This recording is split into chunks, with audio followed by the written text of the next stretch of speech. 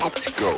You're listening to Making Data Simple, where we make the world of data effortless, relevant, and yes, even fun.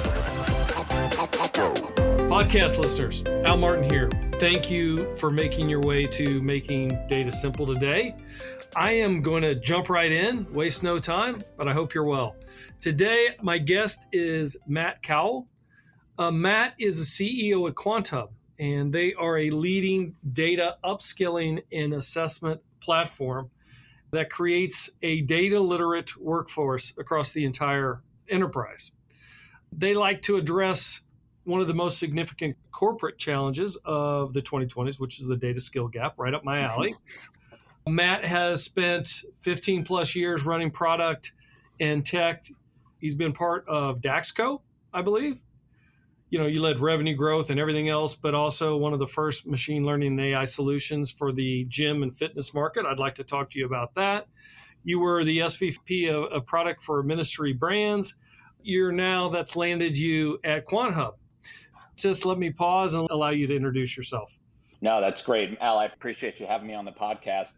Looking forward to the conversation. At QuantHub, our mission is actually to significantly increase the data fluency of individuals and organizations all over the world. So like you said, it's certainly one of the biggest problems of the 2020s, and we are passionate about making a big difference in that space. I think it's almost like computational literacy, if you will. Back in the 90s, using a computer just was no longer optional. And so now we're kind of getting to that point with data that, it's something that each and every one of us need, and we need to know how to use it well. Makes sense. I mean, look, I own the learning for services. I head the services division in IBM right now, delivery. I've owned learning, and, I know at one point in time, I think it was the 22nd Global CEO Survey, 55% admit their organizations can't meet demand around skill gaps. Yeah. Data being number one. I'm sure you got more statistics than we can look at. Yeah. How do you go from SVP of software products to now, hey, I'm getting in the data learning business? Yeah, actually, I've been, basically CTO type roles at back at Daxko. We'd grown really quickly over 10 years of being there, and I'd led product and tech through that entire journey. And I just wanted to do something earlier stage, and actually met the founders of QuantHub, which really was incubated inside of an AI consulting company. And so they, had this problem firsthand where it was very difficult to hire data scientists and also very difficult to, upskill really their workforce. And they saw the same thing within their customers' workforces. And so they started building, what became QuantHub to use internally. And then he really thought there was a market for it and just really didn't see anything out there like it. And they wanted somebody that had a product and tech background to spin it off as a separate company, raise money, and sort of have our own future. And so I happened to meet them in 2018 and really hit it off and kind of loved the space. I love big sort of macro problems like this one. And so came on. We didn't have any customers, didn't have much of a product at the time. This is back in April of 2018. And yeah, that's how we got our start. Yeah, great. How do you define data literacy? That could be a big definition. Where does the scope start, end, begin? I tend not to think about it like that, just candidly. People have broad definitions of data literacy that, you want to think data or speak data or these types of things. That doesn't really mean a lot to most people. So for me, it means something different. And this is very much our approach at QuantHub. It's an individual journey. And so, if you're in customer support, it means something different than if you're on the finance team, or if you're in marketing, you're probably already somewhat data driven. So data literacy for you may be a little further down the spectrum, but ultimately we're all inundated with data every day. And so it comes down to, do we recognize data and its use cases? Do we see data as an asset? Do we understand our role in the data quality lifecycle? A lot of people, when they think of data, they just simply think of charts. And I would say most people think of that. And that is a part of it, obviously, but it's definitely not the whole story. Most of us actually create data every day. I mean, people like customer support reps, they're creating data by entering cases into systems. And data quality is a huge aspect of what they're doing, but they don't realize it. And that's, so data literacy for them is realizing their role in that quality life cycle and what those use cases are downstream and why it matters that they don't put default values in, some of the different fields within the CRM. And so I think it means something different to everyone, but ultimately it understanding how we interact with data, how we can use data to be better at our jobs, and, how data skills are important in our overall career and advancement. At IBM here, we obviously I've had a lot of focus on data, and we define data, in a number of different areas. But the best way maybe is the maturity curve, where it's collect, that'd be your data repositories, organize, Right. governance, analyze, analytics, and infuse. Now, do you teach all that, or do you teach the products and how to best assess where you are in a maturity curve, and then how to get from point A to point B? Or is it more in line with, let me examine your data estate and let me tell you what you have and what you don't have and how you can get more out of it? Yeah, it really is more of an individual maturity. We like to think of data personas and skill personas. And so it starts with everyone being data citizens. And that is definitely where you realize your role in the data quality lifecycle. You understand use cases. You understand a little bit of numerical reasoning and statistics, not a lot. You understand a little bit of visual literacy, not necessarily creating charts, but understanding how to read different chart types, those types of skills. And then, we're all data citizens, each and every one of us. Most of us are also doing some aspect of data storytelling, just like you and I are on this podcast today. And so most people do data storytelling. So crafting a narrative, understanding a narrative arc, understanding different components of visual literacy, chart selection. And then you get into a data explorer persona where you are starting to do some analysis. And so in that case, you are doing a little bit of data exploration. You're not maybe at the sort of professional analytics level, but maybe you're a marketing analyst or you're a financial analyst, and you're kind of in that data explorer type persona. So that's the way we think about it, is there's a spectrum of skill, and it goes from data citizen all the way to your data scientist, your data engineer. For us, we only focus on data. So, it's important for us that we can address that entire spectrum. So that's where I was kind of going. You only focus on data. So what don't you focus on? What's out of scope? There's a lot of things to tell you. Is governance out of scope? That's kind of data, right? That's cataloging. So that's still in scope. Right. Do you lean more on towards data science? You say, oh, that's just one element of the entire use case. As a company, we got our start as a hiring assessment platform. And so our assessments started actually being very focused on data science and data engineering. We have now expanded into upskilling, and we're an early stage company with upskilling. We started our platform focused on kind of data literacy, really the broad data citizen type role, and have expanded up into data science and data engineering. But to your question, though, data cataloging, data stewardship, these data governance, these types of topics are certainly important and ones that we cover as well. Kind of reference this, but I think this is important to the overall story of QuantHub. How was the company born? Where did it start? Somebody was trying to solve a problem at some point and said, hey, there's nobody to do this, or I can do it better than everybody else. How was it born? Yeah, it started really with a few bad hires, quite frankly, as in data science. It was a relatively small management consultancy focused on data, and made a few bad hires. They were based a lot on pedigree. And so one, for example, was a PhD from a high level institution that everyone recognizes. And you would expect that person to be able to then go in and sort of translate those skills into business applications and so on. And it just ended up being a bad hire for the reason of actually technical skills and applying those technical skills to business problems. And so they're like, this is crazy, right? We're hiring from the best and brightest, if you will, and still struggling. And so there's got to be a better way.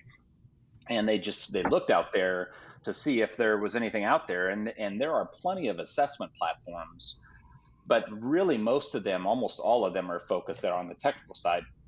They're focused on programming. In data science, programming is important, but end all be all of that role. A model will give you a result, but it may not be the right result. And understanding, what's really behind that, and the different algorithms and approaches for tuning models and selecting the appropriate algorithm, cleansing data, dealing with missing data, just dealing with quality issues around data. Those concepts are critically important as well. And so for us, we really got our start by creating a platform more focused on the kind of broad sort of conceptual skills, if you will, rather than the applied just programming skills.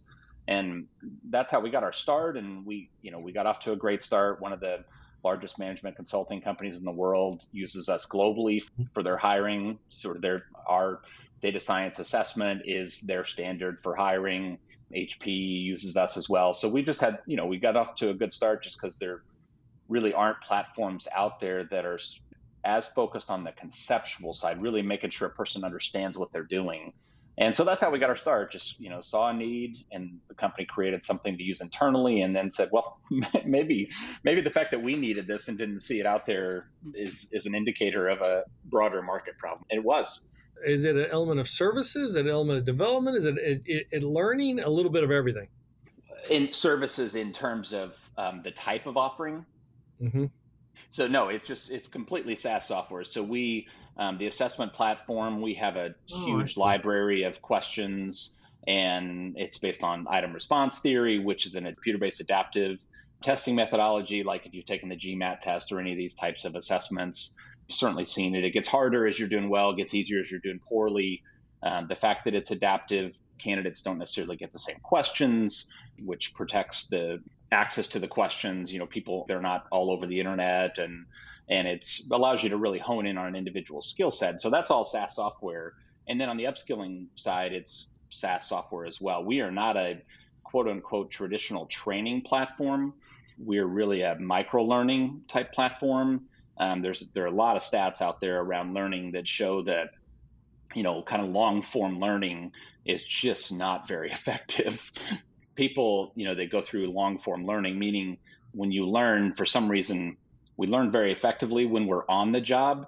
We know tomorrow maybe I need to do something and I don't know how to do it. So I just simply start searching. I find the answer and I use it, and I'm learning on the job. And we all do that very effectively. But when we know we need to learn, for some reason, we're like, oh, I better schedule time. I better get outside of work and go learn and go find time to quote unquote learn. And unfortunately, what happens is you lose about 90% of that information in the first month. It's just not very effective. And so we're much more of a continuous learning, a little bit every day, assessment based. So we always know what you need to know next. We're much more of that type of continuous learning solution. That's interesting. I'm going to come back to that. Yep. I have some questions on that. But so give me a client use case. I mean, there's a lot of people listening right now. I mean, what should they be thinking? What can they expect? What's the engagement process? Kind of walk me through it, if you would. Yeah, absolutely. What we're finding actually is that there's almost always someone inside of these larger organizations that are championing data literacy across the enterprise. And so it could be someone that's in a chief data officer type role. It could be someone that's in learning and development within HR. One of our largest customers is Southern Company. On the upskilling side, Southern Company is a power utility conglomerate out of the southeastern part of the U.S., huge Fortune 150 company. And they have a large data literacy initiative, and it happens to have a sponsor within IT. We've had great conversations with them over the last year and ended up doing a big rollout. 75% of the users of our upskilling product are outside of IT. That's where data literacy is a problem that is not just a technical problem. It is a problem that exists across the entire workforce. And so, which is why it's not always the same person championing it. It could be a large sales organization that, they're selling to technical buyers and, they need to be more data literate, or maybe they need to use ROI more effectively to drive sales processes forward. And so they need to be more data literate across the team to do so. Could be a marketing team. There's data out there that shows that data-driven marketing yields a 5x ROI over traditional marketing. And so there are CMOs out there that want to make their team more data-driven. And there's plenty of data literacy skills needed to make that happen. So I don't want to say it depends, but there's not a data literacy czar, if you will, inside of companies quite yet. And so it ends up being a little bit circumstantial depending on the company. Somebody comes in and let's say they're trying to build I don't want to say data literacy. I mean, it's kind of like you mentioned. I had a question on this. The CDO, you got a CDO, they're trying to create an environment by which they can best use their data, apply analytics on their data, and then also, say they're promoting machine learning and AI on their data. Right. Do you come in, make an assessment as to where they are? I mean, give them a grade, so to speak, and then say, hey, where you could be, and then provide kind of the lay of the land of what that desired state would look like? We're not necessarily doing that type of assessment at the organization level on their data itself. Ours is we're a human capital transformation type of solution. Our system, basically the very first step when you start rolling out a system like ours, is they will take a short assessment, but by short I mean like 10 minutes, and then immediately they're seeing learning recommendations that are directly related to their skill. And so we're not necessarily coming in and making the case for the transformation, if you will. Our customers are ones that understand that they should be more data driven. They just don't know how to get started. They see it's a problem across tens of thousands of employees, and you can't just roll out a training solution and say, hey, here's a license to leading training provider X. I'm going to hand it out to these 10,000 people and go search data skills on there and get to work. It doesn't quite work that way. And so our customers are ones that know they have a challenge and they just don't know how to solve it. Yeah, but how can you separate what you're doing in some of the learning plans that you're talking about from the need for maybe some transformational change? And the reason I ask that is because you just got through saying, if I heard you right, 70% of the training you do is outside of IT. And my experience tells me that to be data literate, first and foremost, folks, you've got to have data democracy, if that makes you got to democratize your data. Yeah. You've got to give it to more people. And then that becomes a sticky point, largely with IT. Nothing against the folks that are listening to part of IT. I've been a part of IT, but they're trying to control that data because, boy, if it gets out, then you can have breaches. You don't want to get the wrong person. It's a lot of work, to divide by persona. But to your point, the only way it really becomes effective is if you're able to democratize and give it to the business, and the business is able to make decisions off of it, like a marketing. And I guess what I'm trying to say, coming back, I got to believe as part of the learning plans, through your workings with a company, or I don't know, through the learning itself, perhaps, they've got to identify, hey, there's a gap. Only the 2 personas of the 5 are learning right now, and we need to spread this out, or you're not going to be effective no matter how much learning you do. Does that make sense? I don't know. So in terms of them trying to figure out how to solve the problem, you're saying? Yeah, they come to you with the problem, right? And the problem is a lot of times what I see is an organizational problem, a data democratization problem. In other words, not sharing the data for people to make the right decisions. I guess what I'm saying is, so looping it back, probably not asking a very good question here. No, that's okay. My point is, I got to believe the learning plans are going to be transformative in some form or another to be able to solve some of the problems I just mentioned inherently. I think if you have leaders that understand the value of data, then they see their teams and their weaknesses, and they're looking at their KPIs and seeing areas for improvement.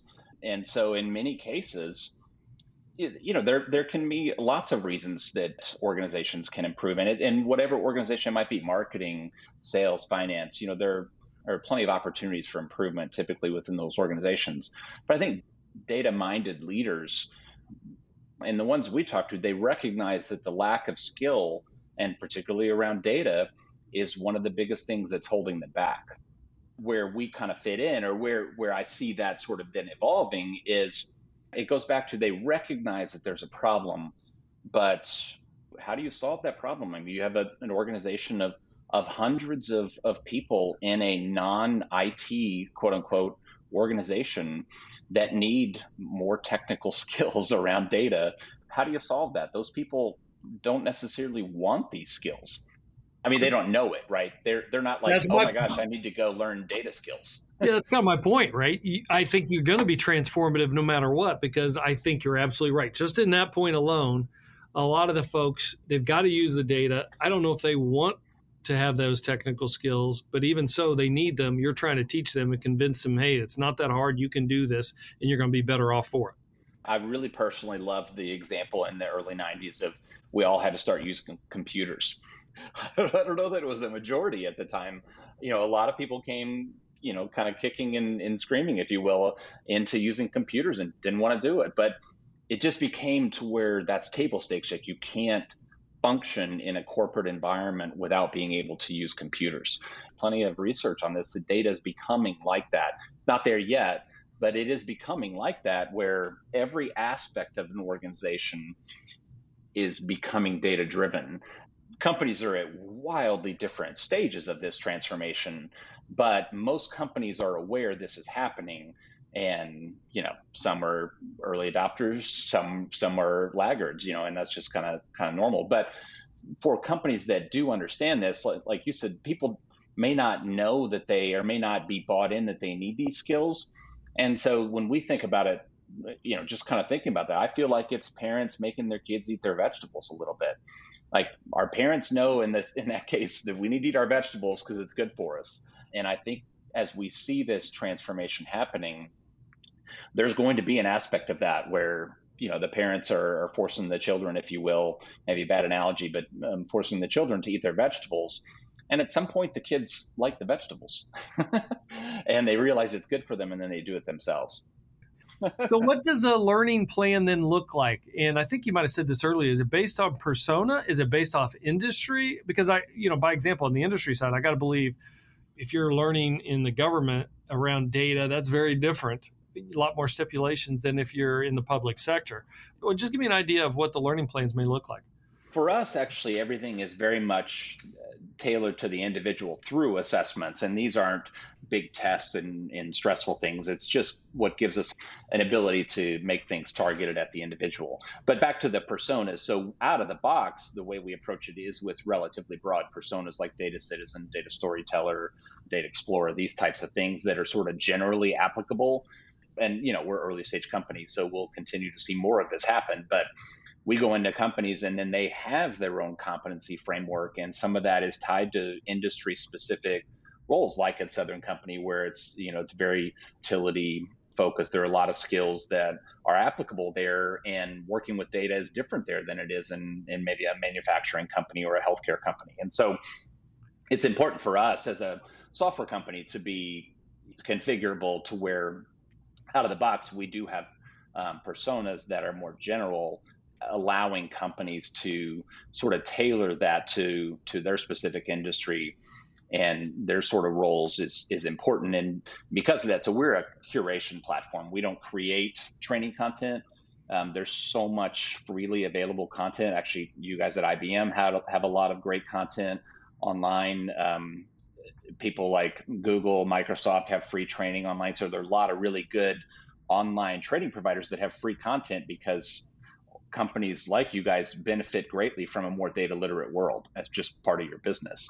And so for us, we just curate content because there's so much great content out there. And part of that curation model includes internal content within our customers. And in that way, that enables us to have kind of industry specific personas, if you will. I mean, this is the interesting part really for me, because I find myself as a continuous learner. Mm-hmm. So I fall off the wagon sometimes as well. Like you mentioned, there's a lot of free stuff out there, a ton of free stuff out there. Yep. I presume yours are for fee, for purchase. So there's intellectual capital there. What's the value proposition that you're presenting that separates itself from that, somebody that's surfing the web that can try to learn, with some of the free content? Making sure that the content, number one, is good. Obviously, we have an important QA function in our curation to make sure that it is good content. But it's also getting the right content in front of people at the right time. Most people aren't very good at knowing what skills they have and what skills they don't in detail. And that's where, our assessments come in. Most people also don't understand aspects of learning like spaced repetition, where when you first learn something, you're very, very likely to forget it quickly right after you learn it if you don't use it. And so resurfacing that material in front of you and making sure you use it, or you kind of basically get it out of your brain again is what makes you remember it. And that's a concept called spaced repetition. And so those types of things are just part of our continuous learning model. And you don't get that if you're just searching Google for something. You're not sure what you need. You're not great at knowing your own skills, what skills are important in a role like yours, what skills you need next, how do you best learn those, where's the best content, how do you make sure you don't forget it? All of these types of things are what kind of micro learning solutions like ours are very good at. What's it make a micro? Define micro. 10 minutes or less. When we recommend a material, it's always on average 10 minutes or less, meaning you're going to read a blog post, you may watch a video on YouTube, you may see a short segment of a free training from IBM. And so all of those things, we're breaking those up into 10-minute segments that are very focused on a specific skill, a very granular skill. And so that enables us to have people master skills granularly and kind of build up a knowledge base from there, all 10 minutes at a time. Is it a dynamic of the nature today? Hey, we're trying to speed up. Every sport, athletics that I can think of, it's like baseball, they're trying to speed that up, football. So because we got all these smartphones and our attention is like 10 minutes or less. And so now this is the new way of learning? Or do you say, well, that's just the way our brain works. We're just catching up. What's kind of funny is this research that shows that these are the best techniques. Actually, this research has been around since the 1940s. I'm not a historian. I have no idea why it's taking so long for micro learning to take off. There's something about, maybe Western culture and the nature of our academics where the way we're learning, where you learn, test, learn, test. Unfortunately, what actually happens is you learn, test, forget, learn, test, forget. And there's research that's been around forever that shows that. For the life of me, I don't understand why that's not become a more common practice in learning. And so it's becoming more common now. Microlearning is definitely a movement. And, if you think about language learning platforms like Duolingo, those are microlearning based. They're oftentimes flashcard systems. They're very effective at learning languages quickly, but also in retaining that information. And so it's not a brand new thing, but certainly there's a movement around it. And why it hasn't always been that way, I'm sure there are some other interests and someone was profiting off of that model that made it more difficult for microlearning to take shape. Maybe this technology has helped us in that manner. I don't know. I mean, you would know better than me. Yeah. But it does resonate with me. I was a great test taker, but in fairness, I would take the test, do pretty good on it, and then forget everything the minute after. Of course, right? Yeah, that's me. I'm no different. And it worked for me. I mean, until you get older and you go, boy, I wish I had really learned that. So I got 3 girls, and all 3 are different, but 2 to speak of. One's exactly like me, takes a test, gets good grades, and I got another one that at least she's getting good grades now. One of my daughters, I won't say, but she would learn it though. I mean, she'd learn it, but only the stuff that she was interested in. Right. And then the other stuff, I'd be like, yeah, the hell with that. So you take a test and do well. But I guess what I'm saying is the irony of it is the one that was getting good grades didn't understand it near as good, not even a smidgen as good as the one that was interested in really just taking her time, but she couldn't test well. I mean, she just didn't care. She didn't. Yeah. Anyway, to your point, it wouldn't capture her attention a lot of times. I mean, so she would focus on the stuff she would learn, and she would know it to a T and teach my older one. I mean, like she'd walk down the hallway and say, oh, you need to do this, this, and this. I'm like, and this is the one that doesn't want to test well. Anyway, so I think there's something to it. And I also noticed that, a lot of people are going that way. Like I do the Fender play with my guitar, and they're 5 minutes. On the surface, you think, well, what the hell are you going to learn in 5 minutes? But it's amazing. You feel like you're getting something done. You play 5 minutes, and then inevitably you say, all right, I got to do another 5 minutes. Oh, this is going well. Another 5 minutes. All of a sudden, I'm 30 minutes into it, and I've learned 5 different elements because they're in these compartmentalized. That's exactly right. There's a reason they're doing that. Right. There's good science behind that for sure. And so that's kind of similar to the way you're set up then. It is, yeah. I mean, it's what's funny, and I can't speak to this as well as our co-founder and CTO. He's a data scientist. as well as he could. But what's funny is that AI came about and almost mimics this type of learning. So this learning was around in the 40s, and then AI or really, the algorithms and that type of thing started coming out in the 50s and whatnot. Nathan and myself have done a presentation around learn like machines learn, Hmm. because that seems to be intriguing to people that, oh my gosh, machines learn like this. And so we, that's the way we need to learn. Well, machines learn, that's mimicked after actually how we learn.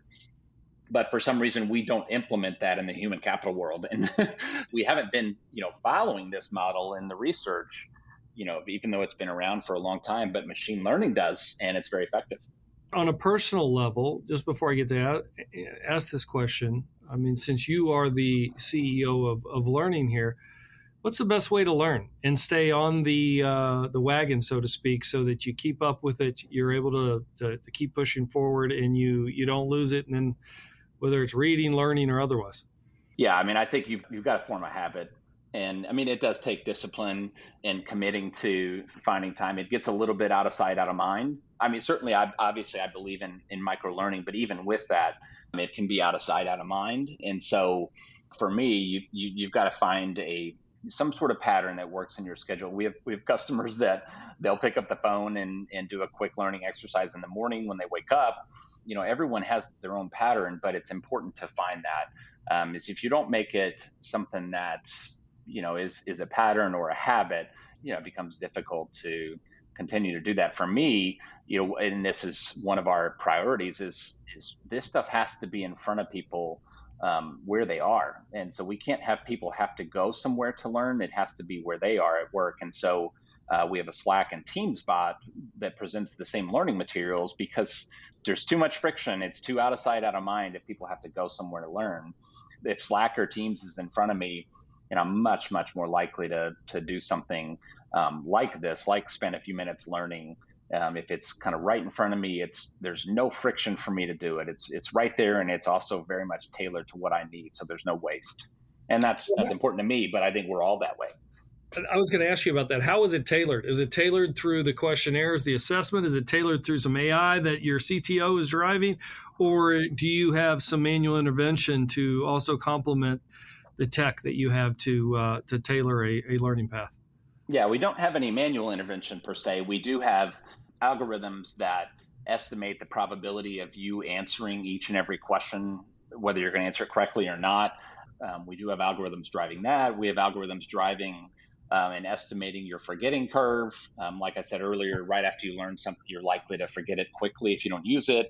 And so we are forecasting when we should put topics back in front of you with those types of algorithms. So those are a couple examples. And then, one of the things that is just fascinating, I don't know if you've looked at, some of the NLP advances are just unbelievable right now. And this summer, rolling out an ability to automatically start structuring topics, like learning topics, and then automatically generating assessment questions and automatically generating answers, automatically finding the most topics with the most important and relevant topics within articles and generating assessment content. It's unbelievable what's possible in this day and age. It's really cool.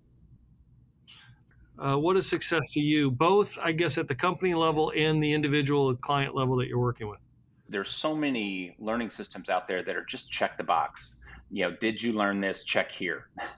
And it's not really measuring skill. And so, obviously we need to practice what we preach, and we need to be data driven. So we are measuring learning velocity. We can forecast then when a person is going to achieve a certain level because we know their learning velocity. And so we can be very data driven with customers and help them see when they can achieve the skill level that they want within certain areas of the organization. Our goals then we're able to make them very data driven. For us as a company, this is a big problem. And I think there just aren't a lot of solutions like ours. There are a lot of solutions focused on data skills, of course. It's a huge, huge need.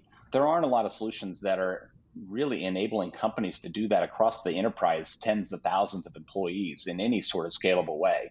And so for us, our vision, we have a mission and a vision. Our vision is to be, I think we can be the company everyone looks to to have solved the skill or had the most critical role in solving the data skill gap across enterprises. And I think we can be there in the next 5 years. That's our vision, is to have everybody say QuantHub, they made the biggest difference in the data skill landscape across the corporate world. And maybe that's lofty, but that's I think we have the potential to be that. Are you venture capitalist funded right now? We are funded. We have both angels and VCs. Yes. Nice. So Series A, Series B, what? We're seed. We're still. We've raised a couple seed rounds, so probably be Series A early to mid next year. Sounds good. Where can folks at least try or take an assessment or meet you where you are? Yeah. Where's the place they can go? Yeah, I mean, obviously they can go to quanthub.com. If you're interested in getting just a free individual account just to kind of experience the system, you can just simply go to upskill.quanthub.com and sign up for an individual account and just start the learning journey there. Upskill.quanthub.com, right? Yep. I got it. And you can kind of test and see what you guys are made of? That's right. Yep. Very, Absolutely. very good. Got a couple more questions for you, but more on leadership. I wanted to ask you some leadership questions before we break. In this podcast, it's making data simple, but sometimes we don't do data. Sometimes we do coaching, leadership, skill, right, yeah. Whatever, and data. Data's in there someplace. Yeah, The world today surrounds data, so that's easy to do. So first question I have, you've been the leader of several companies and in several companies. Do you have a fundamental leadership belief or a set of values that you stand by or stick with? Yeah, actually, one of the things that I believe, and I think this is true in society, I think this is true as a leader, I would say there's almost nothing I found to be more true than the truth is always in the middle. It's just something that I've experienced so many times. And I find as a leader, my role oftentimes is to help people find the middle. I think we're in a bit of a polarized society. There's just kind of a polarized nature to our interactions. Yeah. I don't just think that. Yeah. And so, I think that's a big part of our problem is that it's interesting actually back to meet people where they are. We're not taking enough time to see ourselves through the lens of other people. And, we're not so different if we actually take the time to listen. I have found throughout my whole career, that's one of the things that is the most important thing I can do is always make sure I'm seeking the middle, because it's so easy, particularly if you're stressed or there's something, there's a crisis and you're hearing from two of your direct reports and you're probably hearing two different answers. In fact, I found 90% of the time you're hearing two different answers, and they both have some truth but they also both have some context that's specific to that individual. Not that they're lying, and it's important to figure out what the real truth is, and figure out what because it's in that messy middle, and finding that is the key in my opinion. There are a lot of things, of course, in leadership, and a lot of things I've failed at and made mistakes in dealing with individuals, and it's just we've all gone through that. But I think that's probably the thing I found to be most true in both in just life in general and leadership. Truth is always in the middle. I like it. We can all learn from that. I wish the world would learn from that. Yeah, boy, don't we all. You're big into people skills, of course, data skills. But in terms of overall roundabout skills, what do you think a leader's top skill, what skill do you value most in a leader? That's a good question. I would say two skills, empathy and humility. In my family, it's a joke where we just always say, get over yourself. Yeah. And so, I think it's a real strength if a person doesn't take themselves too seriously. And I try, it's not that I'm not opinionated and that I'm a type A person, I'm opinionated. And yes, I oftentimes think I'm right, but I try to be humble and not hold on to those ideas too tightly. I'm sure I'm sometimes successful at it. Sometimes I fail at that. But I think that, level of humility, then we can all sort of row in the same direction together. There's not a lot of politics, and empathy comes along with that, right? Seeing ourselves through the eyes of others, and particularly customers. I think empathy is what allows organizations to be customer centric. And I happen to have sort of grown up, if you will, in very customer centric organizations. So I've been fortunate to have that sort of instilled in me, through those organizations. I'm a big fan of Jeff Bezos at Amazon and how he talks about customer centric and customer obsessed a type of mentality, and I believe strongly in that, and I think it comes from a place of empathy. Have you ever heard of the 20-40-60 rule? It sounds familiar. Go ahead and tell me. Well, it reminded me when you said get over yourself. And it's something that I've talked to my kids about, and I'm sure they don't remember it. But I like the rule. It's like in your 20s, you think everybody thinks about you. In your 40s, you don't care what anybody thinks anymore. and when you're 60, you figure out, hey, nobody's even thinking about me at all. It's not about me. So that reminded me when you said get over yourself. It's like, when you really get down to it, and I can see that happening the older I get, it's like, nobody's paying as much attention to me as I think to begin with. I think my kids, I'm 47, and my kids have convinced me that no one's thinking about me. So and maybe that's why I feel like I'm 60. I'm like 47 going on 60. That's why everybody's going to have kids. So you have that humility. That's right. You're not as cool as you think you are. That's right. They've helped me become much more humble quickly. Yeah, exactly. What about culture, company culture? Anything you say there? Honestly, those values that I talk about, those are things that I think are absolutely critical in the culture of a company. You don't get low politics if you have a lot of people that take themselves too seriously. And, it's those two values are really important. And the other one of our core values is, and it's meant to be a little in tongue in cheek, but it's sort of in quotes, it's and what we mean by that is that, we should always be looking for bigger outcomes out of the work that we're doing. So if I can take these two different things that I'm doing and I can bring those together and have a multiplier and do something bigger, then that's something that we should always make sure is in our mind. Now, you have to balance that with focus and prioritization. You don't accomplish big things very often without big thinking. And so that's kind of why one of our core values is because, instead of being an or person, how do I do this and that and accomplish both at the same time? We have this design thinking philosophy. It's not really IBM's philosophy. It's just that we do a lot of design thinking. Absolutely. And you probably know about it, where you're trying to come up with those big ideas. And one of the rules with design thinking is there's no but. That's right. There's always and anytime you say, hey, but, no, and then you correct the person and say it's and. That's right. Not always easy to remember or to do, but it does make a difference for the same reason you're mentioning. Yeah, you're basically riffing off of other ideas, right? And that can often lead to the best idea possible by not just discounting, ideas and saying, okay, that's a bad idea. Let's, or we could do this. So I totally agree with that concept. I love it. Hey, any book you can recommend? One of my favorite books actually on product is Monetizing Innovation. It's a tough concept. It's really about getting to the core of what drives customer behavior. I love that book. It's one of my favorite that I've ever read. I always recommend it to sort of product teams if I'm working with product teams. Love that book. Now, our CTO, he would say from a learning perspective, Ultra Learning is a really great book. That's very much a book that focuses on the type of sort of continuous micro learning, like what we talked about earlier.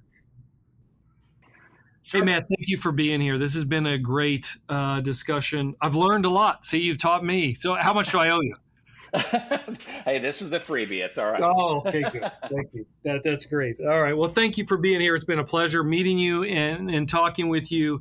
We'll put the URLs in the show notes to make sure everybody knows their way and how to get in contact with your company. Is there a personal, like a LinkedIn or anything that you'd refer for yourself? Yeah, absolutely. My URL actually at LinkedIn is Matt Cowell. So I was either an early adopter or I guess I was maybe I got lucky. But I'd love to connect with anyone. I'm passionate about these topics. So anyone that wants to talk about it, I promise not to sell you. I just love to talk about these topics. So I'd love to talk to anyone that's listening on LinkedIn. All right, fantastic. It's Matt Cowell on LinkedIn, QuantHub. quanthub.com and upskillquanthub.com, which was where I'll be going. Anyway, thank you so much, Matt. I greatly appreciate you talking with us today. Anyway, appreciate it. Yeah, thanks, Al. I really appreciate it. I enjoyed it.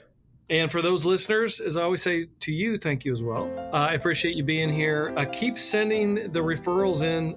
That's where we get a lot of our guests. And, look, send it to almartintalksdata@gmail.com. We'll get back to you as soon as possible.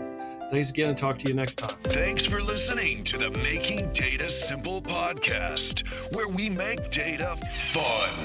Be sure to visit IBMBigDataHub.com/podcasts to access the show notes and uncover even more great episodes. Remember, the views expressed here are those of the host and its guests, and do not necessarily represent the views of IBM. Until next time, let's go. Over and out.